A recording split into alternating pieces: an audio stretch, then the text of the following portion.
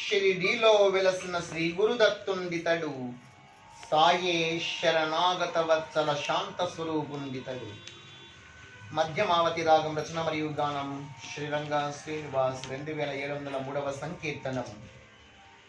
గురు పౌర్ణమి శుభాకాంక్షలతో 2026వ సంవత్సరం.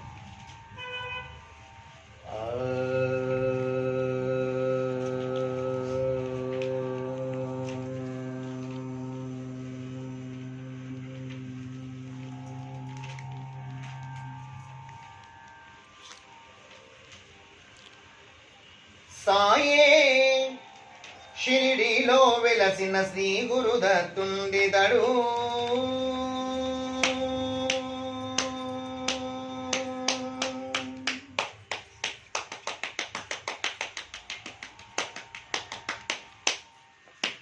సాయే షిరిడీలో వెలసిన శ్రీ గురుదత్తుండితడు.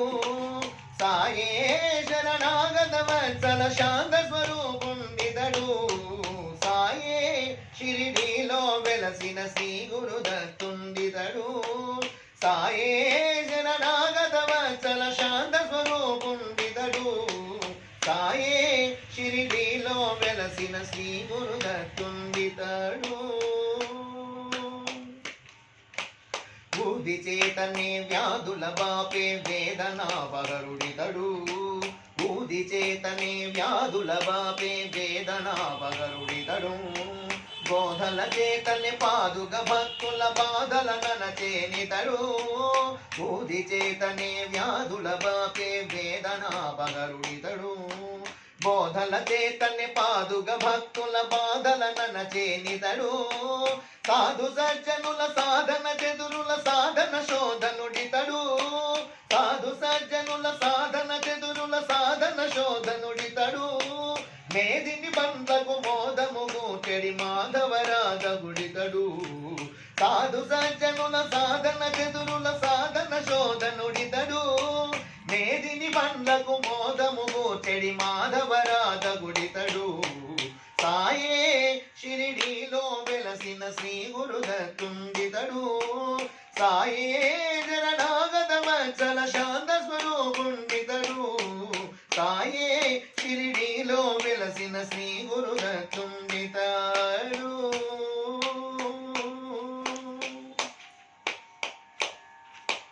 కాశీ గయా ప్రయాగ క్షేత్రముల షిరిడి నుండెగనితడు. కాశీ గయా ప్రయాగ క్షేత్రముల షిరిడి నుండెగనితడు. కాసుకున్న దేవు గృహమున కరగిన కాషాయాంబరుడితడు.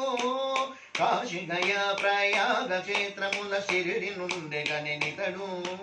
కాసుకున్న దేవు గృహమున కరగిన కాషాయాంబరుడితడు.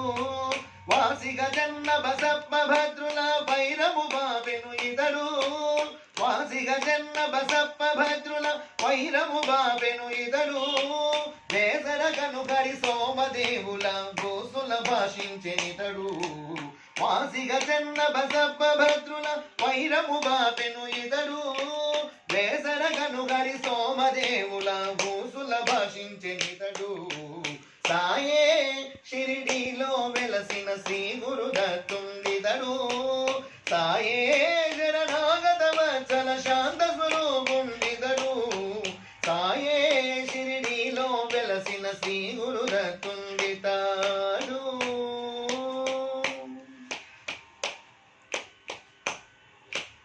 భగవద్గీత భాగవతంబుల పంచె పఠింపగనితడు.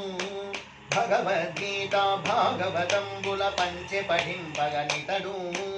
జగన్నాథుని సహస్రనామం చదువనొసగెనితడు. భగవద్గీత భాగవతంబుల పంచె పఠింపగనితడు. జగన్నాథుని సహస్రనామం చదువనొసగెనితడు. పగలు రేయి సప్తాహ భజనముల ప్రోత్సహించెనితడు. పగలు రేయి సప్తాహ భజనముల ప్రోత్సహించెనితడు. సగుణమరగ శిర సాయీశ్వరుడై స్థిరముగ నిలిచేనితడు. పగలు రేయి సప్తాహ భజనముల ప్రోత్సహించెనితడు. సగుణ పావగణ సాయీశ్వరుడై స్థిరముగ నిలిచేనితడు. సాయే షిరిడీలో వెలసిన శ్రీ గురుదత్తుండితడు సాయే శరణాగత వత్సల శాంత స్వరూపుండితడు సాయే షిరిడీలో వెలసిన శ్రీ గురుదత్తుండితడు శ్రీ గురుదత్తుండితడు శ్రీ గురుదత్తుండితడు. जय बोलो समर्थ सद्गुरु साईनाथ महाराज की जय. సోమదేవ స్వామి అని ఒక సాధు హిమాలయ పర్వత ప్రాంతాల్లో వాళ్ళు తపస్సు చేసుకుంటూ ఉండేవారు. సోమదేవ స్వామి నానా సాహెబ్ వారి తమ్ముడు ఒకరోజు అంటే వాళ్ళ తమ్ముడు గారు ఒకరు హిమాలయ పర్వతాలకి పోయి ఉంటారు. ఈయన పరిచయం అయింది కదా షిరిడి సాయిబాబా భక్తుడు నానా సాహెబ్ అతని తమ్ముడు. ఇద్దరు మాట్లాడుకున్నారు. ఈ స్వామితో కలిసి మాట్లాడుకునేసి బాబా గురించి చర్చించుకున్నారు. ఒక మంచి అవధూత ఉన్నారు మా ఊరి దగ్గరగా నాలుగుపూరి దగ్గరలో షిరిడి గ్రామంలో ఒకసారి వచ్చి దర్శించుకోండి అని చెప్పిండారు. ఇద్దరు అడ్రస్ను మార్చుకున్నారు. ఎవరికో తెలుసుకున్నారు, అడ్రస్ తీసుకున్నారు. ఒకరోజు సోమదేవ స్వామి నాగసాబ్ ఇంటికి వచ్చారు.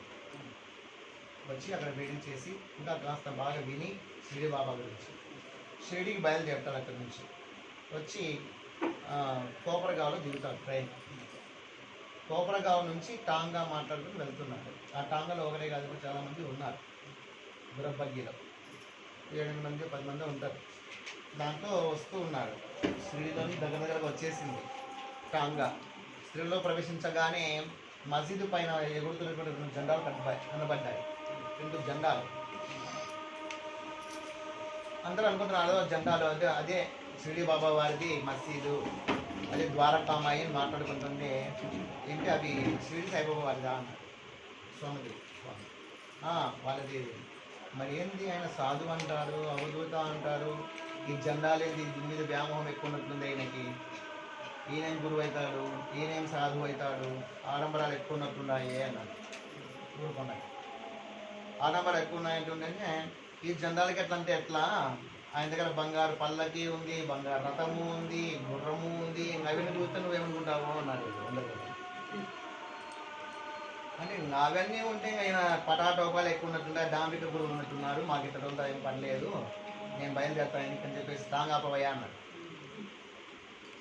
అని వెనక్కి పోదాము చూస్తున్నారు. చూస్తుంటే మిగతా అన్నారు, అయ్యా బాబు ఇంత దూరం వచ్చినావు, ఎందుకు వచ్చినావు, వచ్చిన తర్వాత చూస్తాల్సిన దర్శనం చేసుకొని పో, నువ్వు అనుకుంటున్నట్లేం ఉండదు. ఆయన సాధు, మహాజ్ఞానే, మహాపండితుడే, మహాయోగియే, అవధూతయే, తప్పేం లేదు. ఇవన్నీ ఇచ్చింది ఎవరనుకుంటున్నావు? భక్తులు వాళ్ళ ప్రీతితో భక్తితో ఆయన సమర్పించినారు. ఆయనకి ఏది కావట్లేదు.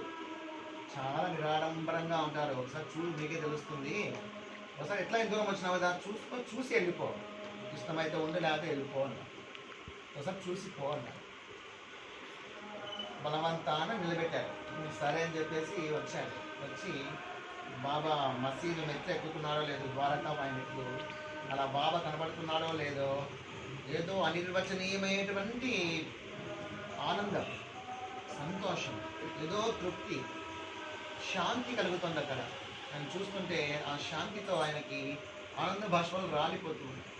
ఆయన చూడగానే అప్పుడు వెంటనే ఆయనకు ఒక మాట గుర్తుకొచ్చింది. వాళ్ళ గురువు గారు చెప్పింది, ఏ చోట అయితే నీ మనసుకు శాంతి కలిగి స్వాంతనం కలుగుతుందో అదే నీకు ప్రశాంత స్థానము అనేసి చెప్పినప్పుడు గుర్తుకొచ్చేసి ఇది కదా అసలైన స్థానము అనిపిస్తూ దగ్గర చేరుకున్నారు. చేరుకోగానే బాబా వారు, పోవయ్యా వెళ్ళిపో, మాలాంటి భక్తులు మాలాంటి గురువులు నేను చూస్తావయ్యా, మాలాంటి సాధువులు నేను అసలు దాంభికంగా ఉండేటువంటి వాళ్ళము, జెండాల మీద పల్లకీల మీద బంగారు రథాల మీద వ్యామోహం ఉండేటువంటి వాళ్ళమయ్యా, మాకు ఏం పని స్వామి నీకు, పో వెళ్ళిపో అన్నాడు. అరే నేను ఎక్కడో దారిలో యాడో దూరంగా అంటే బాబాకి ఎలా తెలిసింది ఇదంతా అని చెప్పేసి చాలా ఆశ్చర్యపోయాడు. చాలా ఆశ్చర్యమైపోయి నిజంగా బాబా వారు సర్వజ్ఞుడు సద్గురువు అని గుర్తిస్తారు. ఆ విధంగా ఊసులు అంటే మాటలు, వాళ్ళు అనుకున్న మాటలు ఇక్కడ బాబా వారు చెప్తున్నారు, ఊసులు భాషించే. ఇంకా హరి కానోబా అనేటువంటి భక్తులు ఉండేవాడు. అతడు కోటీశ్వరుడు. బాబా వారి గురించి పెద్దగా నమ్మకం లేదు. చెప్పగా అతనికి భక్తి కలిగింది. ఒకసారి దర్శించుకుందామని వచ్చాడు. వచ్చేటప్పుడు మంచి ఖరీదైన వస్త్రాలు ధరించి జరీపేట చుట్టుకొనేసేసి కొత్త చెప్పులు బాగా ఖరీదైన చెప్పులు వేసుకొని వచ్చాడు. యాడ వదలా తెలియక యాడో చోట వదలాల్సి వచ్చింది, వదిలినాడు. వదిలినా మనసంతా చెప్పుల మీదే ఉంది. పోయి దర్శనం చేసుకున్నాడు. దర్శనం చేసుకుని బయటకు వస్తే చెప్పులు లేవు.